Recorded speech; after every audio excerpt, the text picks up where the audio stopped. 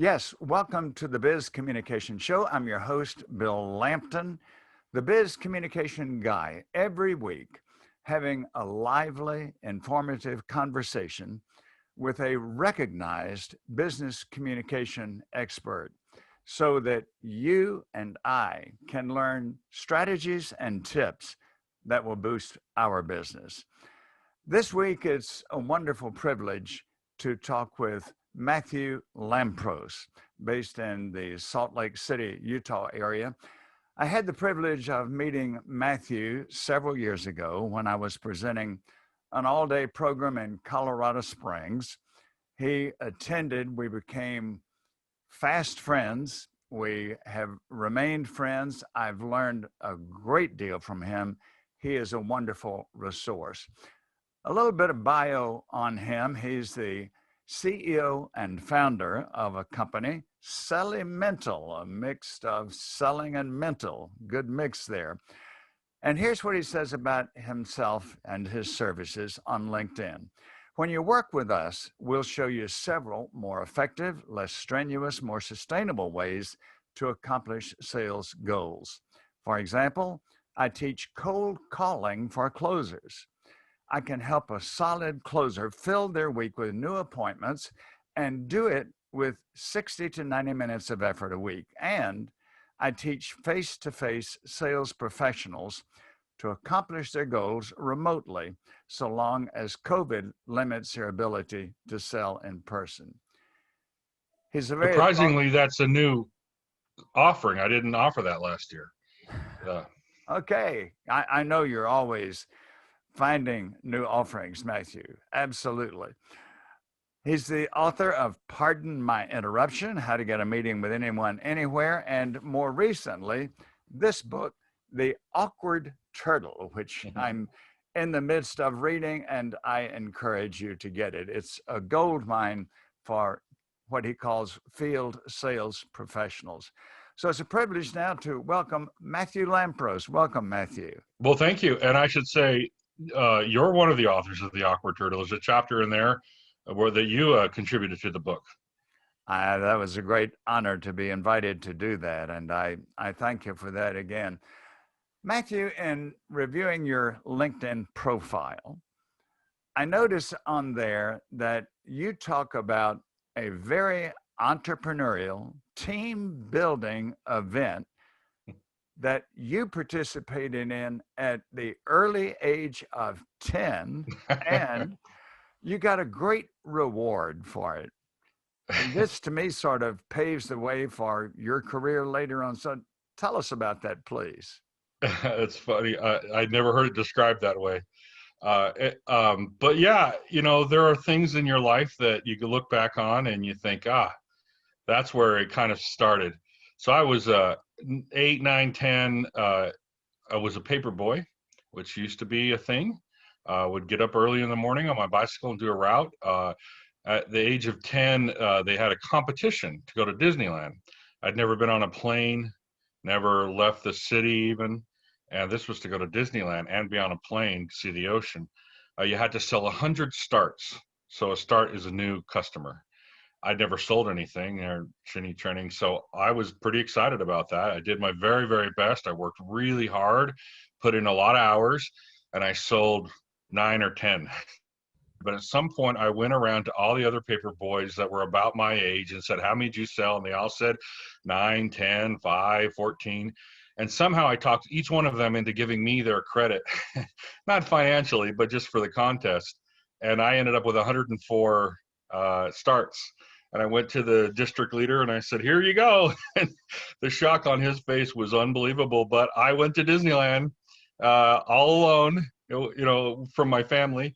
And I went to Disneyland and saw San Diego and went to the ocean and all that stuff. I came back a champion among all the other kids in the neighborhood, having left the city. It's important that I think there's so many lessons there. One is initiative. You took initiative that others were not taking. And it also, to me, exemplifies your learning so early the value of teamwork. You said, I can't do this alone. I've sold 9 or 10, but with an arrangement with some of the other kids, that's how it happened. And I would imagine this is something that you've carried over in your total career. Yeah, they got nothing for it. So it's teamwork in a way, but I think in another way, it was just knowing that I had a goal, and I had to figure out a way to do it. And I think I've carried that through my life, and certainly in the teachings, in the books that I teach, and the coaching that I do. You don't always have to do it the way that everyone does it in order to be successful. Often there's a path that's very ethical and very effective, that is a better path to getting from point A to point B. And it's not often the well-beaten path. And so I often will search for those. And I think I've found a few of them that make us more successful without sometimes the effort that it takes to do some of these other techniques, and certainly the commonness or the rote effort that it takes to be successful in some of the ways that maybe aren't as fun. Well, I love this story. It talks about ingenuity, creativity, determination, drive, and teamwork. Not many of us have a story at 10 years old that captures all of those. That's very nice. You, in recent years, have become, in my estimate, the king of cold calling. And when I mention cold calling, I would imagine some of our listeners and viewers have a shiver run up their spine. Yeah. Cold calling turns us cold thinking about it. It probably, among salespeople especially, might be the most dreaded task and the one that they feel less confident about. I guess the first thing I would ask is, how was it you became so interested in it so that you eventually became adept at it and could teach other people about it? Again, so many of us run from it. What prompted you to get into cold calling? Well, it was frankly a strategic business decision. It wasn't anything that came from the heavens or anything like that. But when you go out on your own, the less competition you have, the better. The lower price pressure and competitive price pressure, the better. The shorter the sales conversation can be, the better. And being a sales trainer or sales coach, there was and are and will continue to be countless numbers of people with books and reputations and strategies for selling, that I decided a long time ago to be an eagle on a field mouse.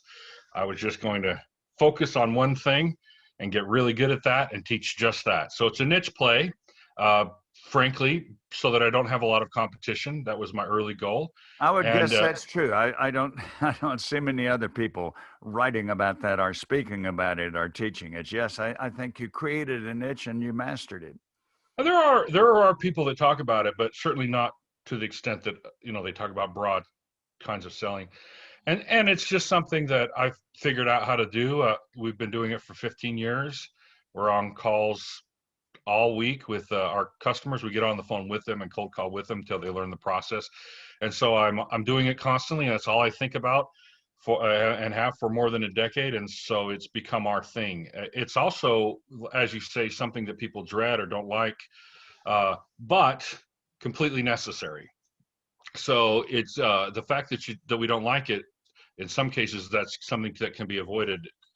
Prospecting, whether you do it through cold calling or LinkedIn or email or networking, it has to be done. And we've figured out a way that is not to be dreaded. You can get it done quickly. It's actually pretty fun. It's very effective. People will meet with you. It's kind of a good feeling when you can pick up the phone and an hour later have 4 or 5 meetings booked for the next week.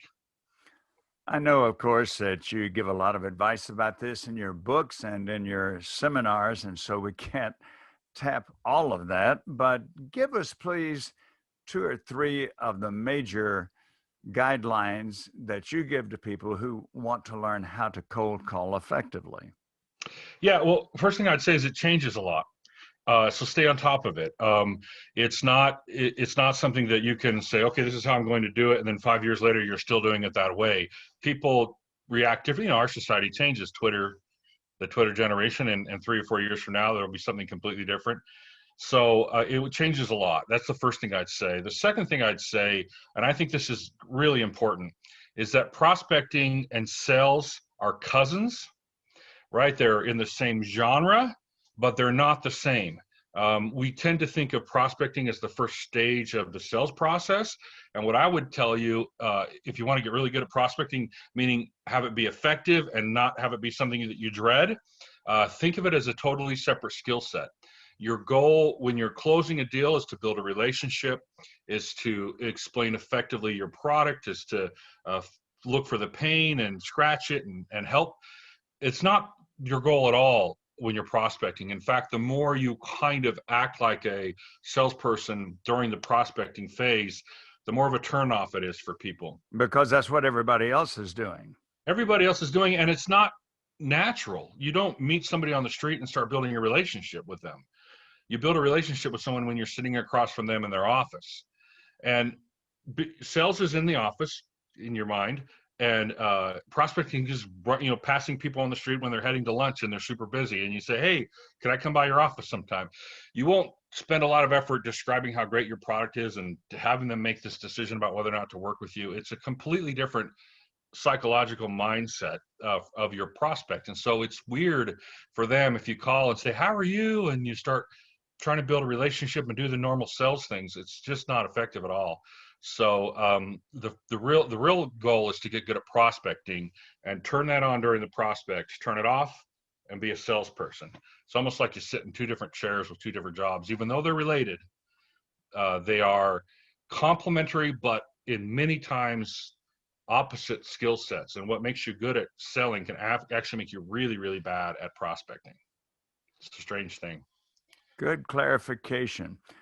I mentioned in the introduction your new book, The Awkward Turtle. I love the cover design, and I am very fond of the content. Tell us what prompted you, please tell us what prompted you to write the book. What was your purpose? What do you hope it accomplishes? I will go a step back from that, and I will say this with a very quick analogy. In 1959, 1953, Sir Edmund Hillary was the first person in the world to step foot on the top of Mount Everest. It's the highest peak in the world, 29,029 feet. It was an impossible feat, impossible. And he and Tenzing Norgay figured out how to do it, and they did it at the same time in 1953. Up until that time, many countries had put forth efforts to do this. It was a big goal. No one had done it. From 1953 till 1974, thousands and thousands of people tried to do it, and about 100 made it. In 1975, 410 people made it in one season. And the way that they did that is they came up with a process, a system, which we can talk about more later. But the idea was they figured this out. And that concept has always stuck with me. This high, what it took to get to the top of Pikes Peak in Colorado or Mount McKinley and Denali in Alaska, there's a skill set and it's attainable. But to get to top of Mount Everest, it was a totally different thing. All the things that they were trying to do weren't working. They could get some people to the top, but not in the masses like you could at Pikes Peak.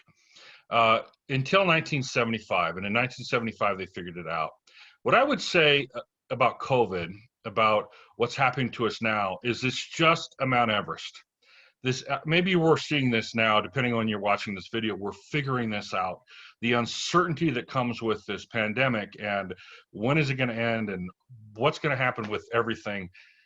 It's not insurmountable. It's something that we can overcome. We just need to think about things in a new way. So what got us there won't get us here, is the concept. So this book was intended to be my statement to the sales world, the people that I love, salespeople. I love that community. I admire and respect that community I'm part of, and love working with that community. And I'm watching the struggle, and I'm saying, it's because you're trying to climb Mount Everest the way you climb Pikes Peak. Let's stop. Let's come up with a new method that's a little more refined, a little more specific, and let's get to the top of Mount Everest. And so the book is filled with advice for being who you used to be and as successful as you used to be in this new era where we have to climb to a much higher altitude than we used to in the past. So I don't know if that answers your question effectively, but I do want some passion and some energy to come through on this interview to people, whether you read the book or whatever you do. This is very solvable. We can do this. We can overcome this. This is not a tragedy. It is a higher altitude. And when you go above 20,000 feet, you just have to do different things. And that's where we are. We just have to do different things. I'm reminded when you're talking about the efforts of the mountain climbers. I'm reminded of Roger Bannister breaking the 4-minute mile. Right. Nobody had done that, and then countless racers and runners have done that since then. Again, people found a method that would work, and this is what you're doing. It's been my observation, Matthew, that since the month of March, when we got very heavily into COVID, some of the very best thought leaders I know, including yourself, are telling us the message that you're giving us and the awkward turtle. This can be done. And of course, you've seen the word that I've seen a great deal, the word pivot. And I'm sure that comes from the basketball terminology where somebody is trying to move down the court, but they're trapped, and all of a sudden they have to pivot. And that's where we are. We're trapped from a destination that we were trying to get to, but we have to pivot and shift. And your book has advice from 101 people who are telling us how to do that. And one other thing that occurred to me as I know your background, your higher education was from Colorado School of Mines. And as I look on your Facebook page, your LinkedIn page, I remember that I wrote on there as an endorsement for your work that you graduated from the Colorado School of Mines, and that you use that because ever since you have been digging for great ideas and you unearth them. And unlike many miners, you are not just keeping that for yourself, but you discover all these gems and you want them to work for the rest of us. You unselfishly share them. I guess one question related to that, with a scientific background, how has that assisted you in your profession? Well, I will clarify real quick. The Colorado School of Mines, and you got that correctly, MINES. A lot of people think it's MINDS, which is funny. It is a great, wonderful engineering college, which I was part of. We are the ore diggers, and that's a very creative way to think about this. I went through my junior year and then I left to do a startup. So I didn't actually graduate. I studied computer science, electrical engineering. At Colorado School of Mines is kind of a 5-year college to get an engineering degree there. It's a pretty tough school. So I was pretty close to being done, but an opportunity during the dot-com era came up early in that, and I left to go do that, which I have not regretted. So I don't have an engineering degree, but I do have the technical background of almost an engineer, as you're putting it. And what I learned early on is this idea that if you want to be successful, do what's easy for you and hard for everyone else. So if you find something easy and most other people find it difficult, that's your thing. For 2 reasons. One is because you'll be able to do it easier, of course, which means that you'll be able to practice more, which means you'll get more done in more time, which means that you'll probably enjoy it. So you put in more effort. So the more effort and experience you have, the better and better you'll get at it. If you can do what's easy for you and hard for everyone else, and then spend time at that, work that talent, work that effort, that experience to being good at something, you're going to do well. And what I found with all of my really, really intelligent peers was I wasn't better at them than math. I wasn't better than them at physics or any of the kinds of things that you need to do to be a good engineer. But I did find it a lot more easy, a lot easier to be good at selling or pitching or taking an idea and crafting it and figuring out how to communicate it, taking something that was very technical and making it simple to explain to someone that wasn't technical. And so after my junior year, I was given the opportunity to be part of this startup that has a very technical product that no one had ever heard of before, which we now called high-speed internet. And we had to figure out how to sell it. And so I used my technical background and what was easier for me, which is to explain things. And it was the 8th largest IPO in the history of NASDAQ. It was pretty fun. And so I think I've continued to try to do that. I wouldn't say I'm much better than a lot of people that are in sales, but for a technical engineering nerd, I was more like a salesperson. And so that was easier for me. Most interesting. And when you say find something that's easy for you to do, it reminds me of one of my favorite sayings, and that is anything done by an expert looks easy. And it is easy to them. That's in many ways why they were able to become experts. Matthew, this, as I knew it would be, has been fascinating, informative, and fun, which describes you pretty well. And I know our viewers and our podcast listeners want to get in touch with you. So please give us your contact information. Sure. Thank you for that. So probably, the easiest way nowadays is my phone number. It's 801-983-5900 and call or text. Or the website is Sellemental. And so some people, like you said, it's sell and mental. Other people, it's the elements of selling. But it's SELLEMENTAL.com. And I'm happy to do anything I can.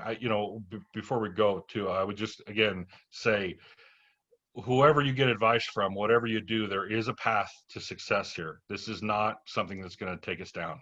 You can get back to the numbers you were at before, regardless of the economy or who's in charge or anything like that. This is doable. You just have to be a little more purposeful. Wonderful words of encouragement. Thanks for your contact information. I certainly encourage everyone to get in touch with Matthew, and he won't mind if you cold call him. And since he's given his contact information, I'm delighted to give mine. Bill Lampton, the Biz Communication Guy. So quite logically, my website is bizcommunicationguy.com. I invite you to go there. Check my services for corporations and leaders. Give me a call. Sign up for my online newsletter. I look forward to assisting you with your major communication challenges. Matthew, thank you for a magnificent sharing of ideas and encouragement. Any closing thoughts for us? I'm very fond of Bill. To the audience, if you are watching this, you probably already have used him or are considering it. I would highly recommend him. He's fantastic at what he does. Dr. Bill Lampton, doctor. He knows his stuff. So if you're considering it, I would push you in that direction. I've more than a decade experience with him, and I think you're great. I'm speaking to your audience, but to you as well, Dr. Bill. You do a great job. I'm really glad to be associated with you. A very, very kind compliment. Thank you, and you know the esteem I have held you in and still do ever since we first met. Thanks to all of you who joined us on the Biz Communication Show. Be with us next week. I'm your host, Bill Lampton, the Biz Communication Guy. And next week, we'll host another well-known and very helpful biz communication expert. Thank you, and have a great day.